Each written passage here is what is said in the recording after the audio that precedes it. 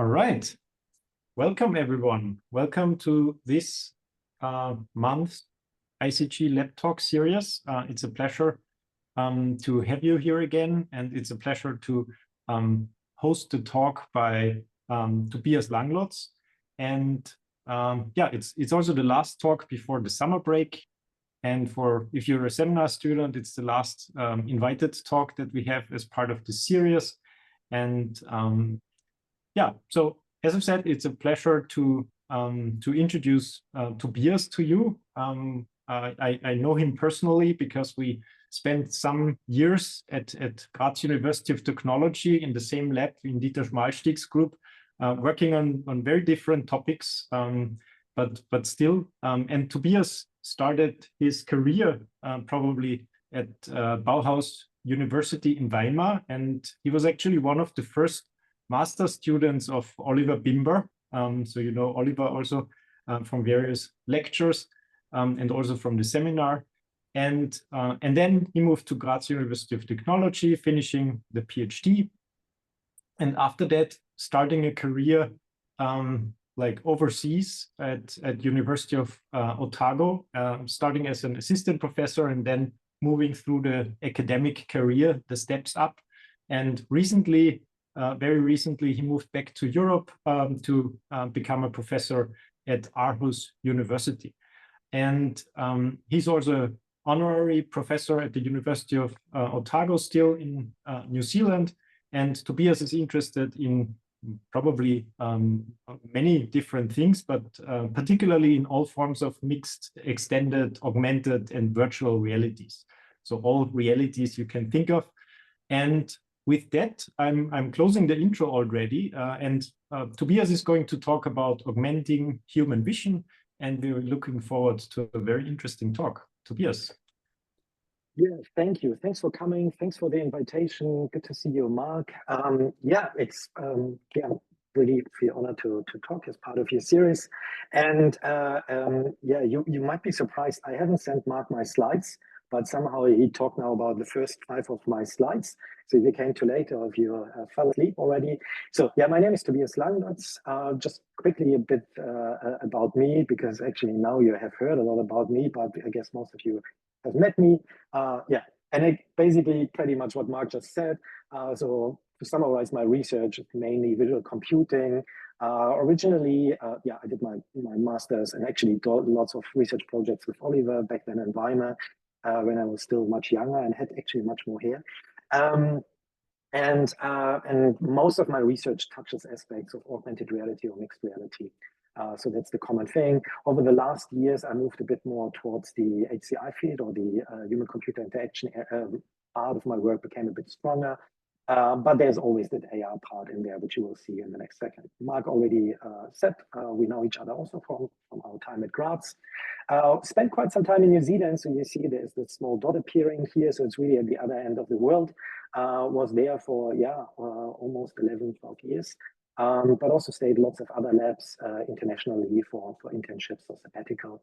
And yeah, since December, so very recently, pretty much half a year, now I rejoined or came back to Europe, and I'm now at Aarhus University in Denmark, which you just see here. Actually, today it probably very much looks like this. So this is the main building here, and then at the bottom just behind me, this is a part of the computer science department.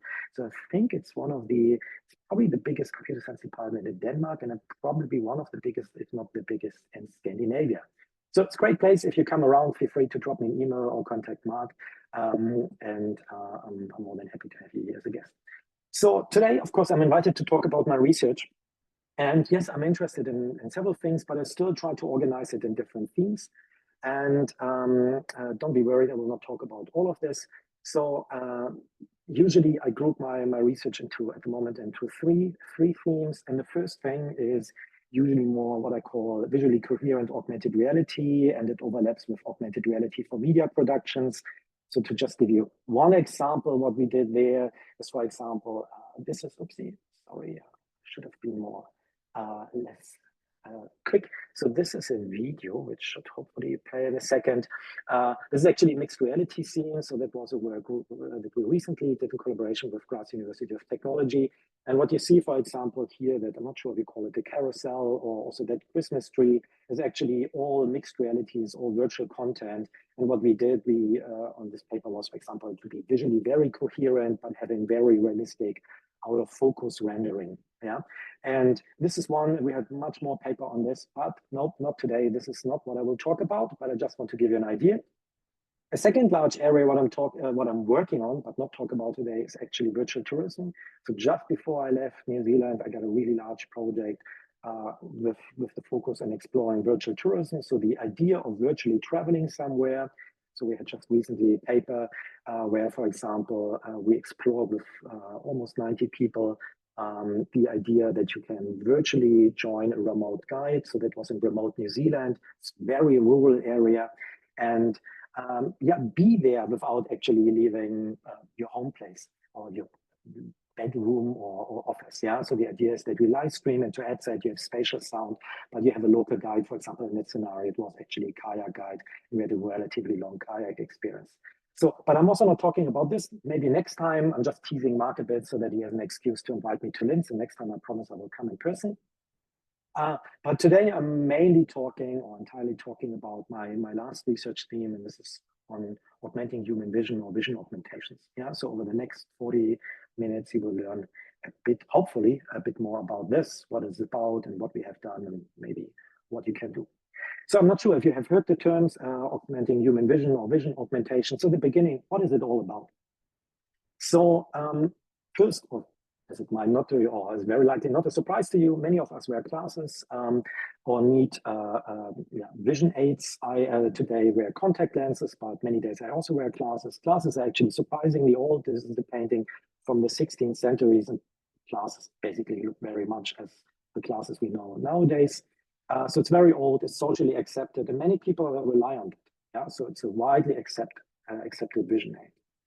And that was basically the starting point of our work, because our work was, okay, we have these glasses. Many of us wear also sunglasses, or these, for example, as I said before, having a refractive error. And they usually use a static lens. So we go to the optician and they, for example, make, or usually not make, but they request or order a lens, a static lens based on our specification. And this is what we can wear. But the question is actually, or the problem is actually that we're quite limited by that lens. We are limited, for example, because first it can't change over time. If you need a new specification, you need to go there again, pay again. But also we are limited by what the static optical system can do. So the question or the motivation was about, can we computerize that? Can we actually computerize the optics and actually enable completely new application? Can we address completely new problems? And solve some of the limitations of these static lenses. And that's basically the core idea. So as you see me there on the right-hand side, so this is a device. I actually also have that here. I should hold it here. So this is, for example, a device that we head-mounted display that we traditionally use for augmented reality. And the question is, can we turn this one into a vision aid? Can we, for example, support certain forms of visual impairments?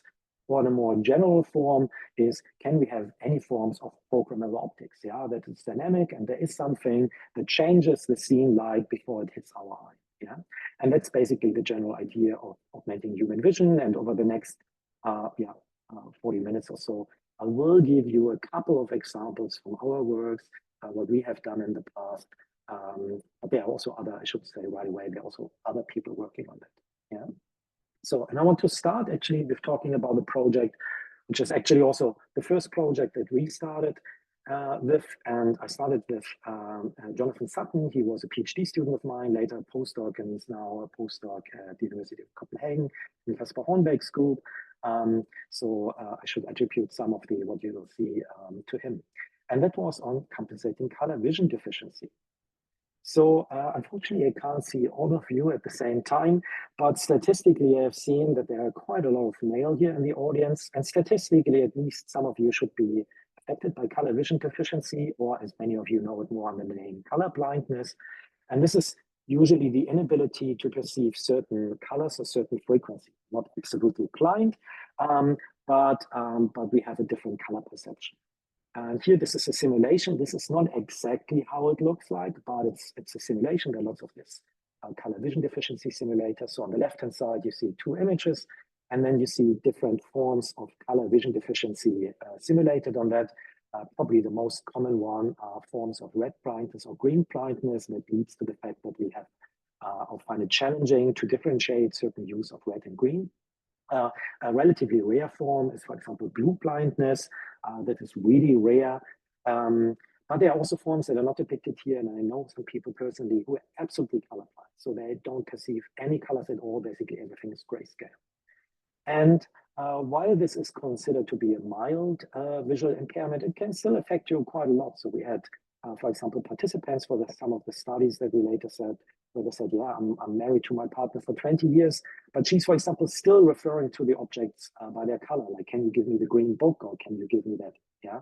And you also depends a bit on the legislation, but in some countries you're not allowed to work in certain environments because it's considered too dangerous. So you can really be affected. Yeah.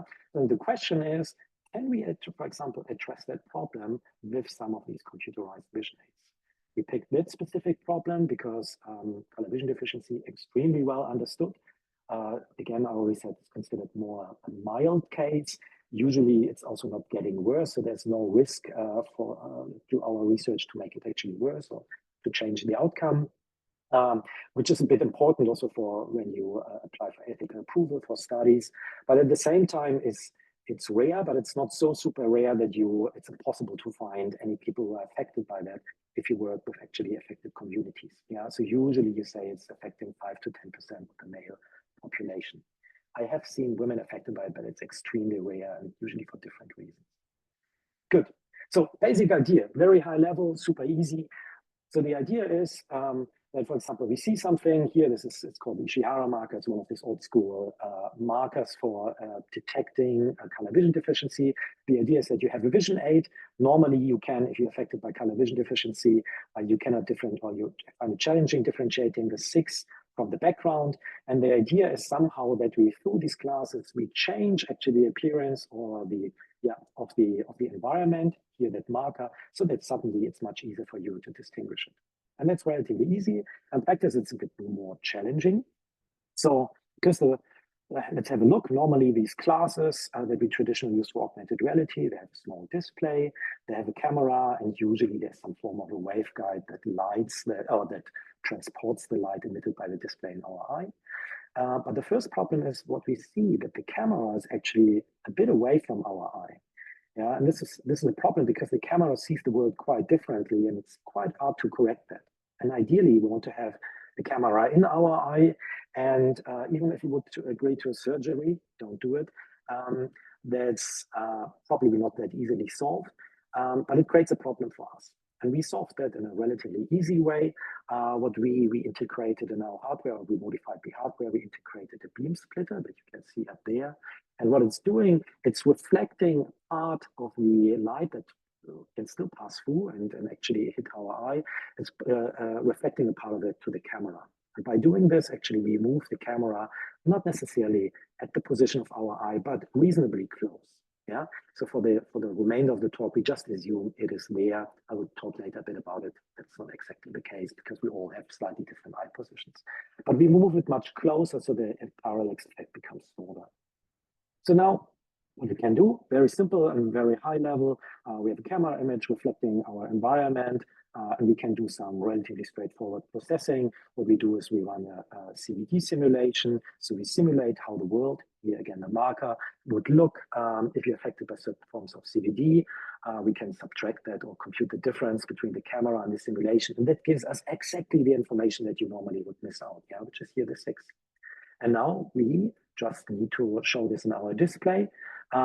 This is what we do. And ideally, again, there are a couple of steps in between. Ideally, then we show the display, it blends within our environment, and we just change the pixels or the areas in our environment that we normally can't perceive, and suddenly we'll make them visible. Yeah? So that's basically the overall idea. In practice, it's not that easy, but I really spare you the details because there are a lot of things what you can have to do, in particular calibration. You need to color calibrate your camera. You need to color calibrate your display.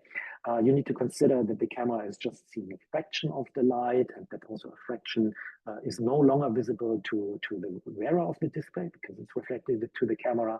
And I refer to the paper that, so there's a lot going on. There's also a lot going on spatial calibration. I will also skip that part. So basically, we still have to do an alignment, but we just have to do it once to really perfectly align the camera with the display and with the environment. Yeah, good. But back to topic. Let's say we solved all this, and again, I refer to the paper. We get a pretty good overlay. And I already said we slightly shift for that overlays the colors. There's a standard procedure or process for it called daltonization. So usually you shift the colors from red, for example, more into a bluish.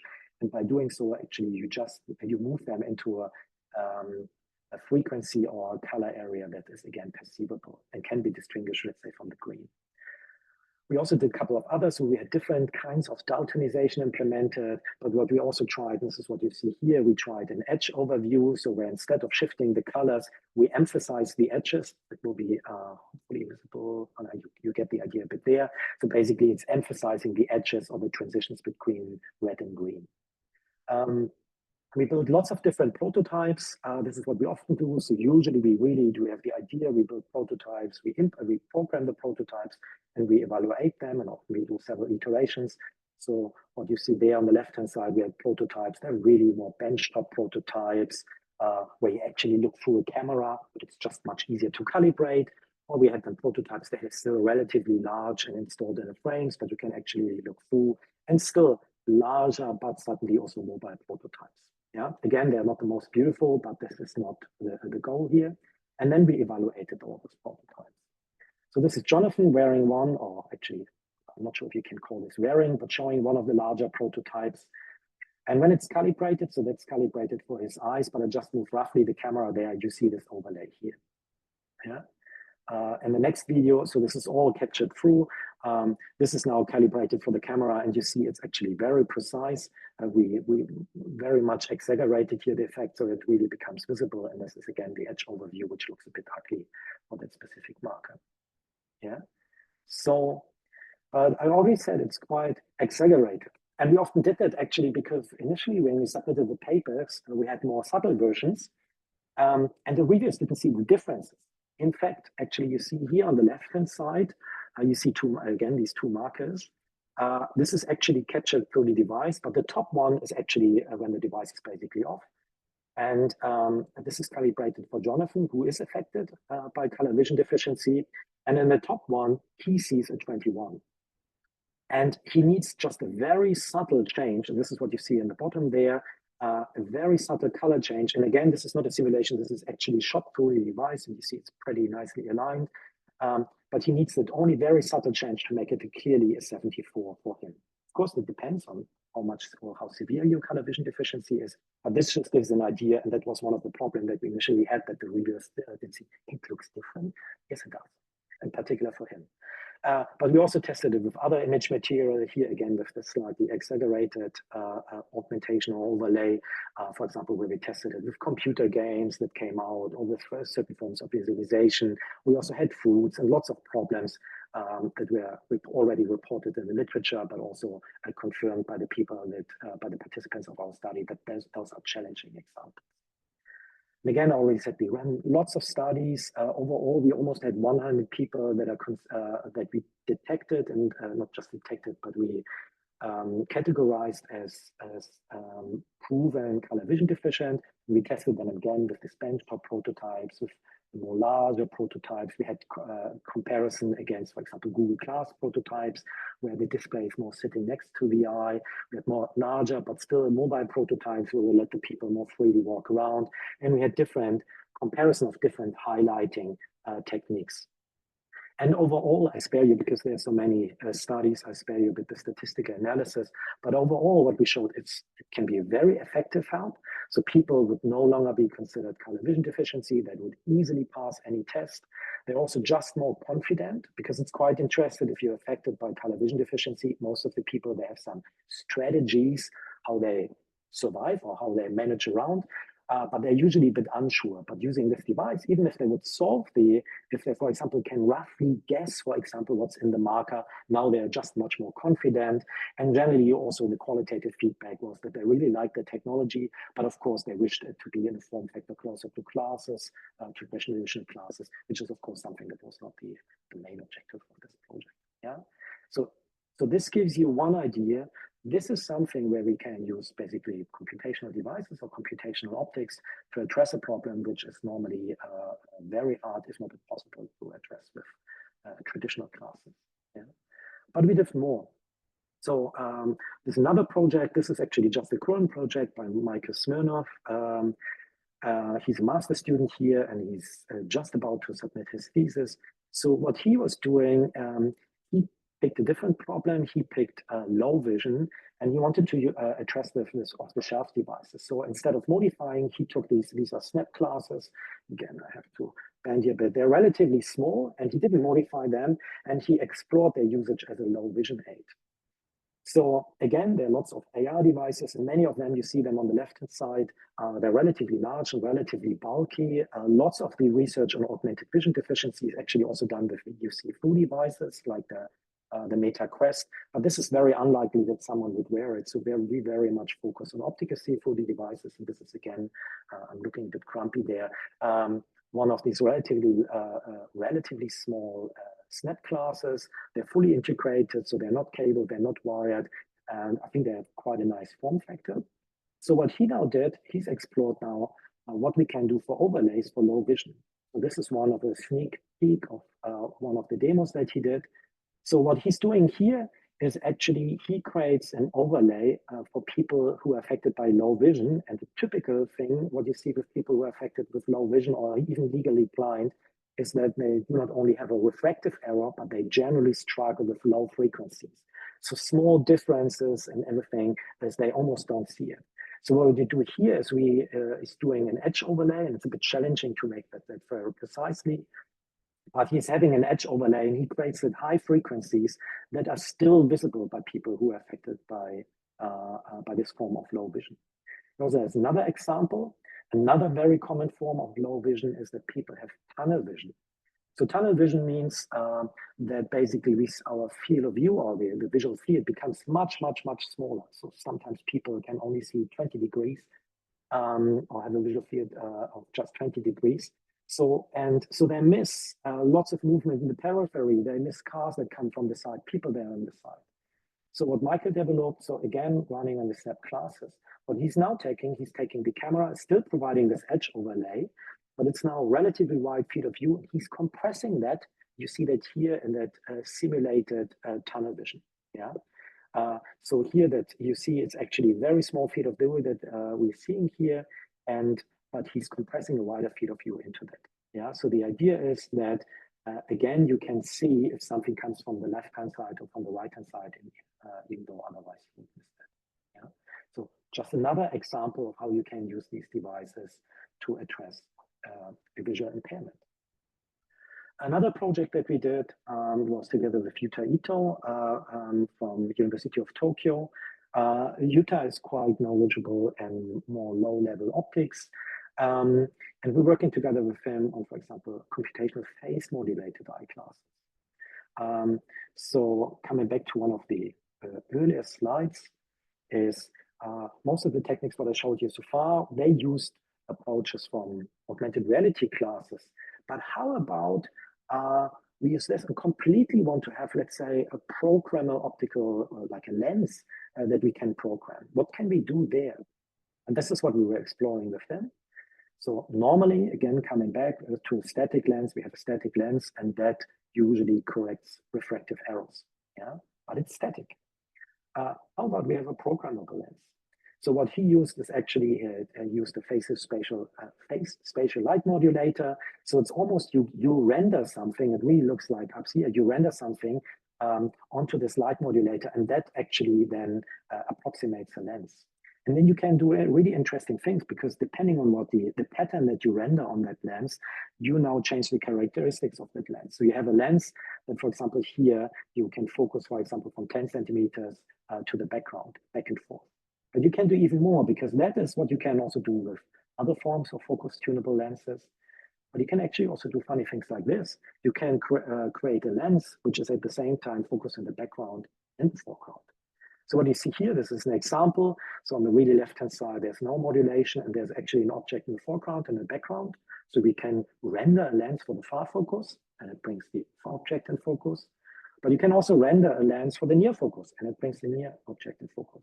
And you can also do both, and that puts both objects in focus. Here again, the same, just for a different example. No modulation, far focus, you see the background object in focus. Near focus, you see the foreground object in focus. And B-focus, where everything is in focus. Yeah. So now, for example, if people who are affected by, who have problems actually in both distances, you can have actually smart glasses that really automatically adjust the lens to your needs. In theory, you can think about applications where really even the glasses adjust for that our eyes are getting tired over the day and that they have a different power during the day. Like in the morning, they're much fresher because that it exists. And the evening, they are more tired and we struggle a bit more to focus on certain areas because the lenses really adapt to that. Yeah. So again, this is just an example. You still see there are also a lot of artifacts from refraction. So it is not, also this technology comes with issues, but it shows more the potential from the general concept of basically replacing the static lens with computerized lens. Yeah. And there's much more that work that we did, but instead of going through all of them individually, I want to briefly talk about a design space, which for vision augmentation, which shows a bit more the possible solution space, what we can actually do and what we can actually achieve. I'm not sure if you have heard about design spaces. Until a couple of years ago, I have not. So design spaces is actually, it's almost more a theoretical approach where you, instead of thinking about a specific solution, you think more about the whole possible solution space. It's almost, think about it actually almost as a precursor of brainstorming. Yeah. So I make this a bit more, give more concrete example, and it will build up a bit more the design space for vision augmentation. So I already presented you a couple of techniques, and let's come back to the first approach, and that was we correct for color vision deficiency. So what we have, you see there on the left-hand side, you have a source visual domain. This is our photoreception. So if we are affected by color vision deficiency, then we are affected in our photoreception because we cannot perceive certain colors and certain wavelengths, basically. So now what we can do, and this is what we did, actually, we still remapped it to photoreception. So our solution is actually a changed photoreception. We kind of modulate that because what we do is we change colors actually and replace them by slightly different colors or maybe slightly different intensities. That is what we have shown before. So basically, we replace colors that we cannot perceive into colors that we can perceive. So we stay in photoreception. But who says we can only rely to this? We can actually also use other things. For example, let's think about where we replace colors that we can no longer see with certain patterns. Maybe you give a couple of seconds to think about it. So how would that look? There are certain colors or maybe certain intensities that I can no longer perceive, or maybe even with typical vision cannot perceive. And instead of replacing them with other colors, I replace them with patterns in real time through these classes. And you probably have all an idea in mind or a picture in mind. There's a work that is already doing that. So this is from David Fletler, who also did a lot of really cool work on color vision deficiency. That was not for classes, that was for displays. So what he did there, what you see in this examples, again, he didn't replace it through colors, but he replaced it through special forms of hatching, I would say, or a geometrical pattern. So you see actually the angle of that hatching changes depending on the colors. So now you can, again, he did this for normal screens and as an aid if you work on a display, for example, or for pictures. But now we could actually also bring this in classes. Yeah, and now we actually map, we call this, we transform from photoreception to actually more patterns as a visual and use them as a visual cue. But again, we can do more. So let's think about other things what we can do. There are lots of other things, cues which we can do, and now we slowly build up actually this design space because we can use other visual domains or other visual cues for that. So So let's think about, for example, photoreception, and we want to map colors, for example, temporal cues. Again, you would all have an idea, actually is relatively straightforward. So now colors that we no longer can perceive or maybe are not able to perceive, we can represent through, for example, temporal changes. Let's say some flicker, yeah? Or maybe this is a bit more complicated, but also this is possible. We replace colors of certain frequencies that we are no longer can no longer perceive. For example, with certain effects in, for example, binocular vision. So again, I'll give you a couple of seconds to think about how could that work? So I can't perceive a certain, let's say, color or a certain intensity, but how can I use binocular vision and this visual domain to do that? I'll give you one example. Again, there's an example for that specific one. There's an example in the literature, and they have used binocular rivalry. So what they do for certain colors, again, for color vision deficiency, they render it slightly different in the left eye and the right eye. So here they see it in grayscale, because if you represent something slightly different in your left and your right eye, if it's too different, at some point, our brain actually struggles to fuse them. But there are interesting effects that come out. They call it the binocular luster effect. So some people describe that if you see something in left and your right eye differently and it becomes too far apart, as a glow. So even if you're colorblind, then suddenly you can perceive this as a glow, and they utilize that effect. Yeah, so we can use that as a highlighting effect. And of course, there's much more that we can do, because who says so far we just focused on photoreception, but of course you can have impaired or impairment in other visual domains. Yeah, and this is actually forms of our design space. So basically, it's a mapping from certain visual cues or visual domains to the same or other visual domains. Again, I bring another example, one that we discussed earlier. So for example, your stimulus field, you want to enhance your stimulus field or your visual field, and you can use patterns. We have exactly that example. So here we do an edge highlighting, and we extract patterns from the environment from a large field of view, and we compress them into your constrained or restricted field of view. Yeah, and also there we could now go through, if there's more time, and think about other visual domains, what we can use. So overall, this conceptual space now really allows you to see the problem or the problem space a bit, but also the solution space a bit clearer, and you can come up with different solutions for problems. Yeah, I showed this before. So what you can also do, and this is, again, I refer to the paper on that, now you can, for example, map existing solutions in here. So for example, everything that is in red and is with a number, these are existing solutions that have already been presented. But you see, and everything, by the way, for completeness that is in blue is not for compensating visual impairments, but for enhancing our vision beyond what is normally considered typical or normal, if we can use that word. So, but what you see, there are lots of free space. So there are a lot of techniques that haven't been explored. Does it mean they're better? I don't know, but maybe it's worth to explore them and find out, because they could trigger some good ideas. Yeah. So again, overall, we have a lot of techniques, and there are, in theory, as you see here, there are a lot of techniques possible how we can actually change your perception of the real world, and lots of visual cues that we can use to benefit the wearer for specific problems. Yeah. Good. But so far, I talked mainly about visual impairments. But how about we also change the perception or the appearance of the real world for people who are not impaired? And one project that we're working on is with Jin Hong. He's a PhD student, very close to graduating. He was looking specifically into visual noise and visual discomfort. So what's the idea there? Actually, almost all of you, I would like to ask the question, but I don't see all of you, wear probably now headphones, and most of you have actually audio noise cancellation. And I think I can safely assume it's true. Maybe I ask Mark, he can cheat for me and look who uses, maybe raise your hand or press thumbs up. Who of you is actually also using noise cancellation without listening to the music? Any? Okay, Mark, I just see you, then it's you, Mark. At least one, maybe more.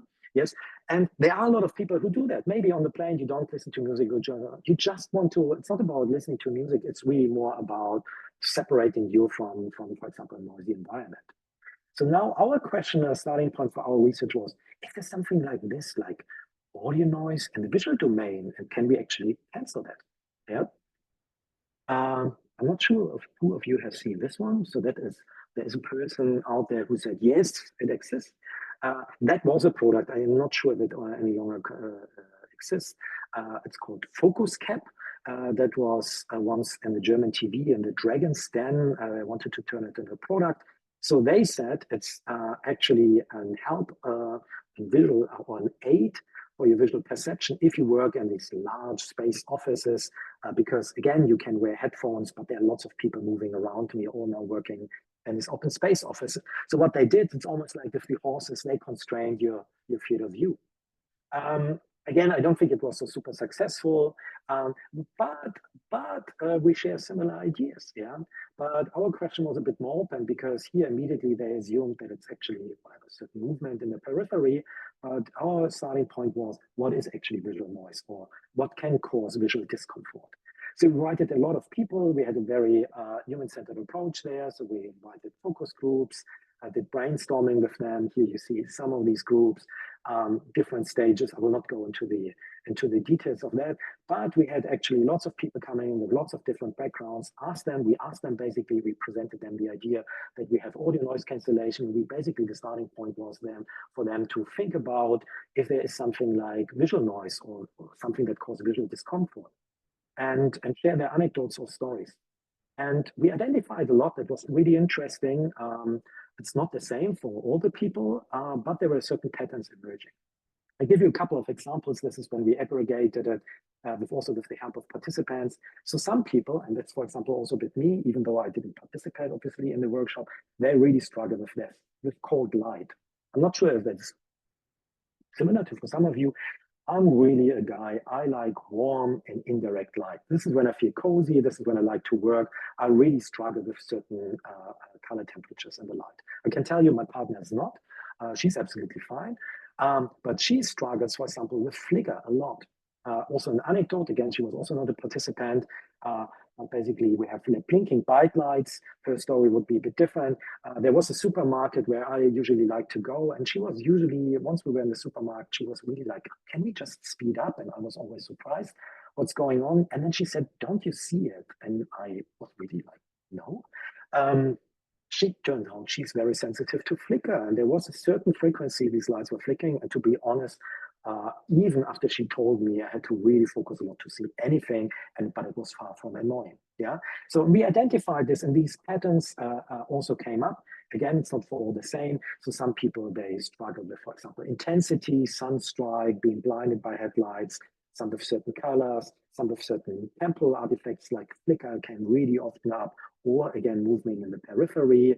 But we also had interesting couple of people that really were affected by certain structured or spatial patterns. Yeah, carpets. We had people who complained about carpets, that they're out of balance and so on. So basically, we addressed that, we described that, but basically, then later on the question was also how can we compensate for that? But we also looked into literature, and there's not much on visual discomfort or even visual noise, but there was one paper which I kind of liked, and I'm not an expert in that. They said, so basically the discomfort in images may or seem to tend vary with the degree to which images deviate from natural scene statistics.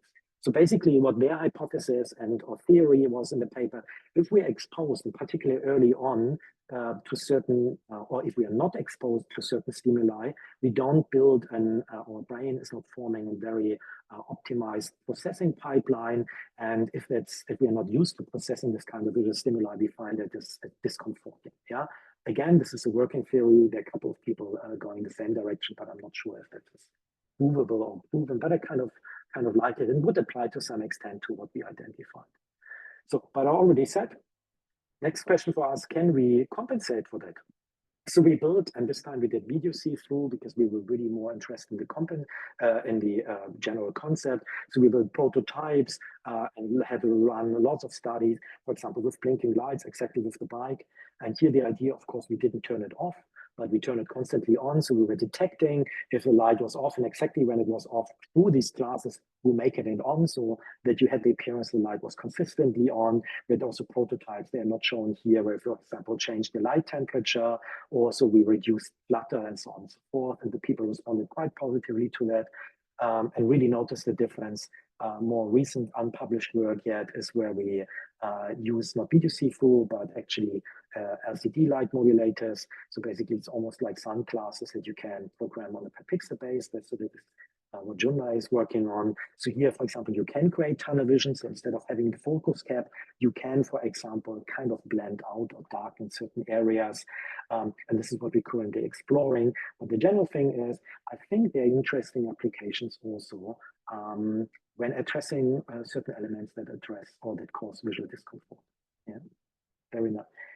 And the last thing, and I will give you a second to drink something. And the really last sub-project is on this vision augmentation is that we did a lot of work on visual attention and real-world guidance. So when you think about the earlier project that you showed, so for example, again, this color vision deficiency. So somehow what we were actually doing, we wanted to create some attention to certain areas that normally would be missed out because you can't, or you struggle with seeing the difference in colors. Or for example, in the previous one on visual noise, we were even interested in actually reducing certain visual stimuli. So there's a lot of overlap with attention and guidance. And this is actually where we did work a lot. I just have to check, there's a comment there. Okay, I will address that question later on. Oopsie. So we also looked a lot in these guidance applications. So this is a demo for one very specific application. Here from Matthias Lüsbeck. He's also almost finished PhD student here in Aarhus. So he created the concept what he called gaze markers. So I show you the video. Just oopsie. Is it playing? No, give it just 1 second. It should play. Yes, no, maybe. Oh, it's playing. So the idea is here that you do something, you read something, and we just show your gaze through that red ray, but normally it would not be visible. So this is just for illustrative purpose. And you're somehow disturbed. Someone comes into your office, asks you something. So what now happens is you completely forget what you were doing, and that's commonly happen after a certain time. You come back and you were like, what was I doing and where? So now the idea is for just a fraction of a second, you show that what you call gaze marker, and that the idea is that it helps you to memorize where or what you were, where you were or what you were doing, and continue with the task. Again, here, this is a more industry-inspired task. You need to assemble something and immediately get, only for a fraction of a second, you get that a visual cue where you should look. And it was always automatically identified. So basically we were tracking your gaze, and we realized that you had large shift. If you were looking somewhere else, then we were storing spatially, or your spatial position of your last gaze position, so the gaze marker. And once you revisited that area where, again, for a fraction of a second, we were showing that gaze marker. Here, we have done it with that circle. But the question is, can this done a bit more subtle? So if you now think about many applications, you don't always want this circle or these really strong visual highlights flying around. Can this be done more in a subtle way? Yeah, and we think it can, and we're doing a lot of work there. So one of the works that we were doing is, again, trying to use visual saliency modulation for attracting your attention or guidance. So very simple idea. Again, we have classes. We look, let's say, in the real environment, let's say this beautiful landscape here. And we want to now direct your attention or your gaze to a certain area. So again, very similar to our earlier prototype, we integrated a camera, so it has also very good understanding or view into the scene. And now on this camera, in theory, could do something like saliency analysis. So, so saliency is actually often used as a predictor for for your gaze movement. Of course, it always assumes that we don't have intention on certain task. But if we just look at this image, usually what you see there in B2, that is an approximation, almost like a heat map of where we are likely to look and where we look a lot. What you will see there, that particularly the area just above my head is pretty dark. So statistically, we're very unlikely to look there a lot or even look there at all. So now what we want to do, for some reason, we think this is an important area. We want you to look there. So the idea is we could draw a circle, but we don't do that here. Instead, what we do is we have still some of the area that we want to, that's what you see in C, the area that we want to emphasize it, but we now compute a special overlay. That's what you see in D, and it looks really weird, but this is actually what we show in the classes. Because the classes, it's optical see-through, they're still half transparent. And when you now see through these classes with that overlay, what actually happens, this is what you will see here, we change the saliency of the scene. And I'm not sure some of you have probably heard of the saliency. So saliency is usually formed like, or saliency is determined by how sharp or how in focus something is. So what we see here, hopefully also over the Zoom screen, we make some image areas more blurry.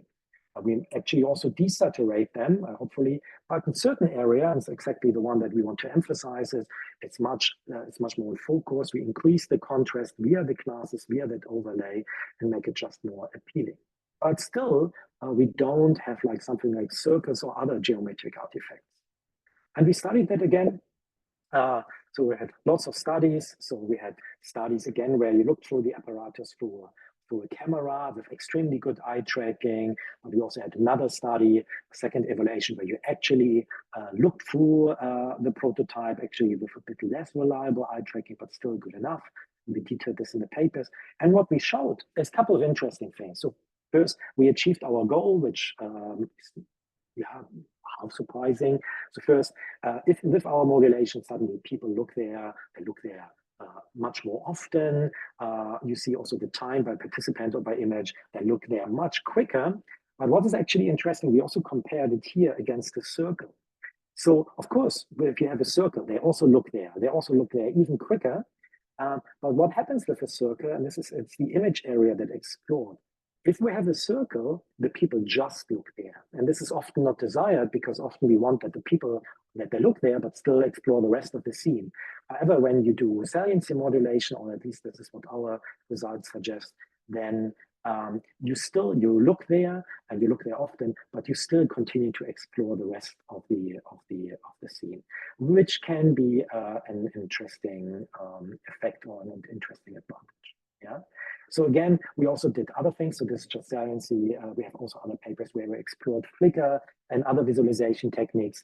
Just to give you an idea, this is what you can use, for example, for enhance our vision, like what we said before with the gaze markers. So if you forget what you were doing, you maybe get a very subtle cue, for example, through changed saliency, that it's almost reminding you or nudging you what you were about to do or wanted to do. Yeah, or you go to the supermarket, instead of having some AR classes which tell you where to go, just in a very subtle way. This is a bit the hope or the prediction, a very subtle view. You find something very attractive, and hopefully you will just remember by being nudged.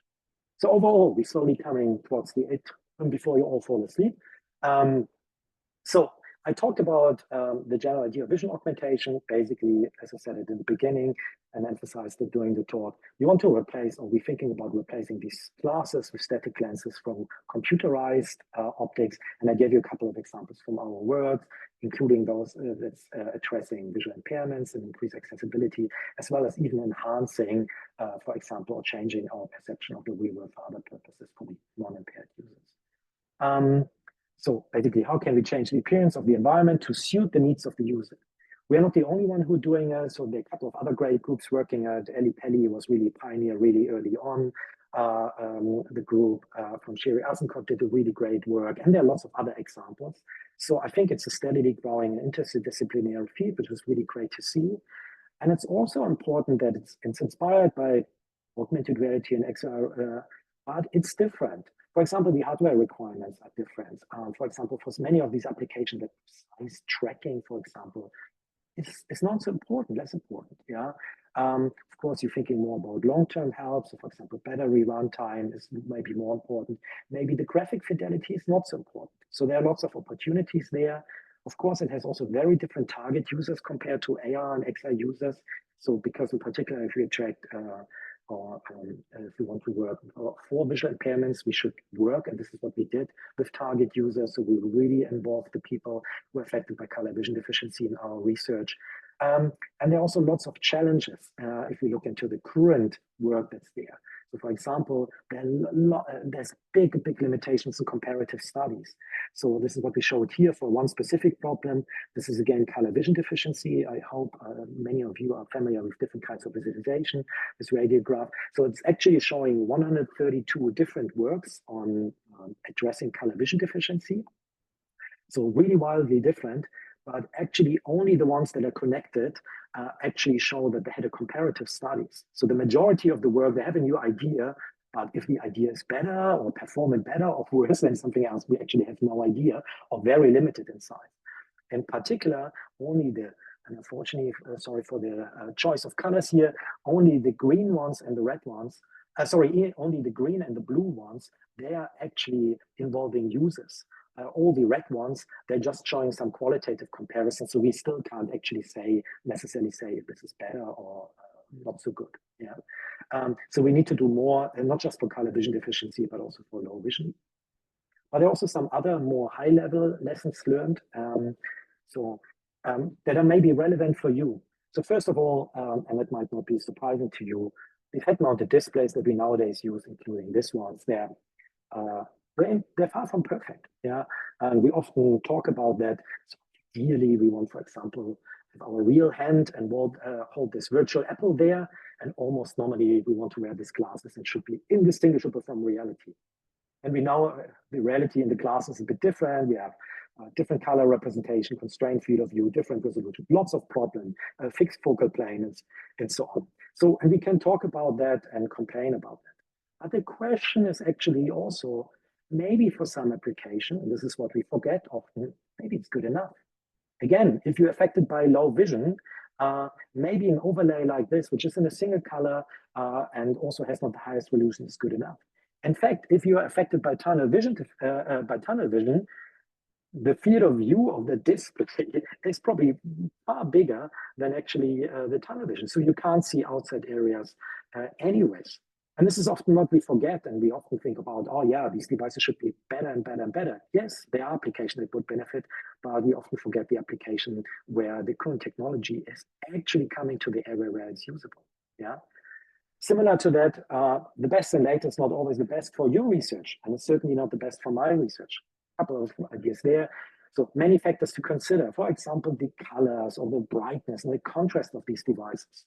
So the HoloLens 2, which is really a cool piece of engineering, a cool device, has, for example, and it has an amazing display in a certain way, but for example, color representation is relatively poor if you use it.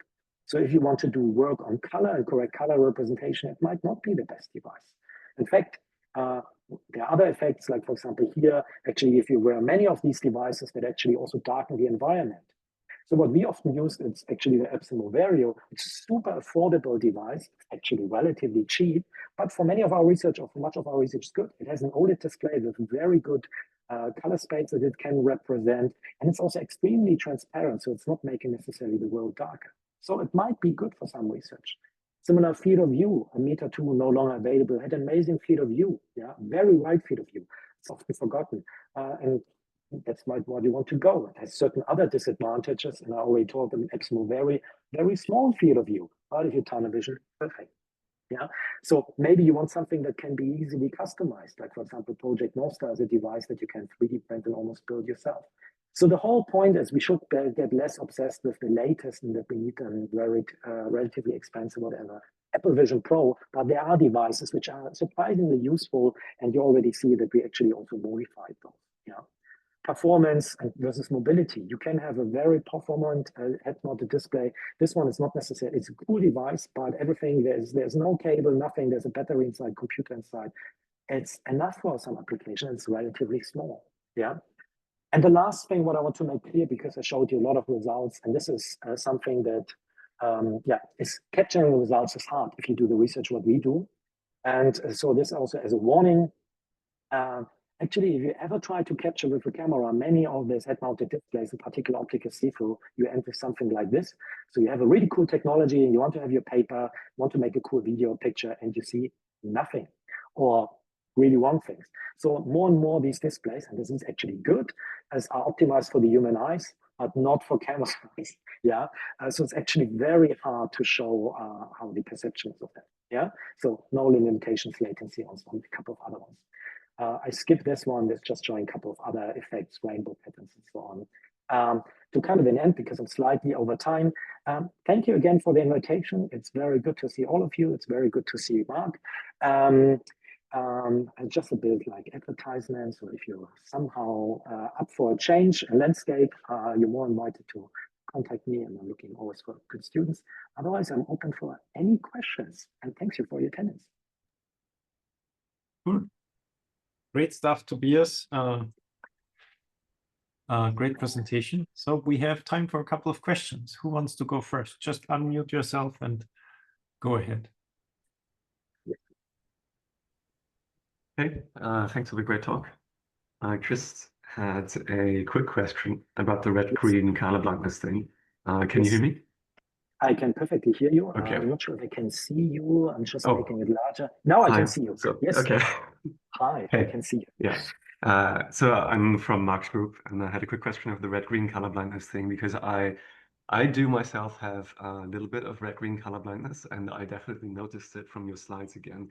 And just out of curiosity, so the examples that you had, you can see like the original images perfectly. You can see the 6 or the 74 perfectly. Yes. Okay, good to know, because that I think your research could be really useful for me. Yes. No, it is actually. Yeah, it's really interesting. Actually, we will also work together with optician and ophthalmologists, and they say, in particular for color vision deficiency, actually many people don't know or find out surprisingly late that they have, let's say, a weakness. Next thing is many people are left with, let's say, with a diagnosis. They get the point, oh, your color vision deficiency. They have often no idea what form they have and also the severity. So actually, when we talked to them, they were really interested initially to use actually these devices also more for diagnosis, so that the people actually know, am I just a very mild case or very severe case? And often, again, we had in the studies, I didn't detail that, but I briefly mentioned it, like 100 participants, we all diagnosed them before that, so that we were sure that they had color vision deficiency, and we gave them actually also some feedback what they had and if they were severe, and there were a couple of surprises in there. But this is also a better opportunity, because it is that device is actually, you can, in theory, you can customize it for yourself, how much help you need. You can easily switch it off if it's not needed. So just imagine in the future, we might have it in a glasses form factor. Yeah, it's maybe an add-on if you need glasses anyways, but you can switch it on to save battery because you don't need it constantly. But you can use it as a help, and you can almost dial in the intensity or the kind and amount of support that you need, yeah, or want. Yeah, I just found out Stellung für Bundesheer, basically. But thank you. Yes.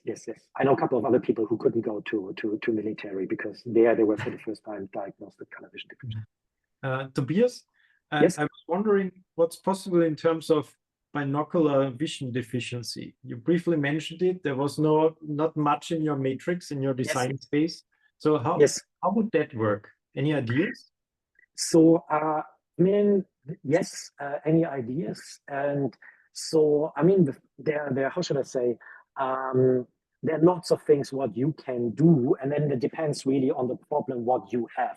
I mean, the first thing is, and this is what many or what young kids are affected. For example, you just have a lazy eye. Your eyes don't really move in tandem. Of course, you can currently already do that, but you can slowly, for example, fade it. You can better control it. So there are opportunities there. Then, of course, there are lots of people that have where it affects their depth perceptions, and there are works on that. where, for example, then used color cues, for example, to indicate distances of objects. There are works on that. That also goes then to low vision, because if you have a very strong low vision, if everything is blurry and extremely low contrast, that also affects actually your stereo vision, because basically your fusion is affected by that. So as a consequence, you're also usually affected in depth perception. And there is the really long story that you have an increased chance of falling, of course, when you hurt yourself, if you're elderly. So basically, there are lots of, usually health system says costs, but at the end, there are risks and things attached to it. So there are works that looked into that. Yes, we haven't done it, but I know at least 2 papers who did it. I'm pretty sure one is from Shiri Azencourt's group. They did it with stairs, who they modeled exactly for these kind of problems. Or I'm pretty sure it was for that one. I know another one which had actually heat map almost based on the distance. Yeah, that makes a lot of sense. So other questions? We have time for a quick one, probably. There was one on the chat. Maybe we can go back to that one. Emina was asking whether it can be used to help people with epilepsy. Yes, and actually that's really interesting, because basically when we submitted our paper on basically visual noise cancellation, we intentionally positioned it a bit that it's not going for any forms of impairments, but actually that there are lots of examples for visual noise for the non-impaired one. But of course, reviewers came back with lots of ideas how it can be used. This idea of to address again lots of forms of, let's say, visual impairments or other issues. Epilepsy, for example, yes, and can absolutely be used for that. Other forms was, of course, also general people who struggle to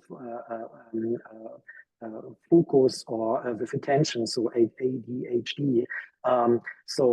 Where you have, and the nice thing is actually you can train it, you can dial in a severity, how it can, for example, suppress certain information. So I think there's a lot of potential, and this is also why there are so many people and from so many angles look into that, even from psychology and so on. So yeah. Yeah, cool. I like the science space also that covers the different possibilities and the potential nicely. Yeah. So as we are a bit over time already, so if you have more questions, just send them in Tobias's direction. But thanks again, very exciting, and it was great to catch up and see what you've done over the last year. That's really impressive. And with that, I can close the session, and I wish you a nice rest of the day. Thanks for joining, and have a great time. Bye bye. Thank you. And enjoy the break. Thank you, Tobias.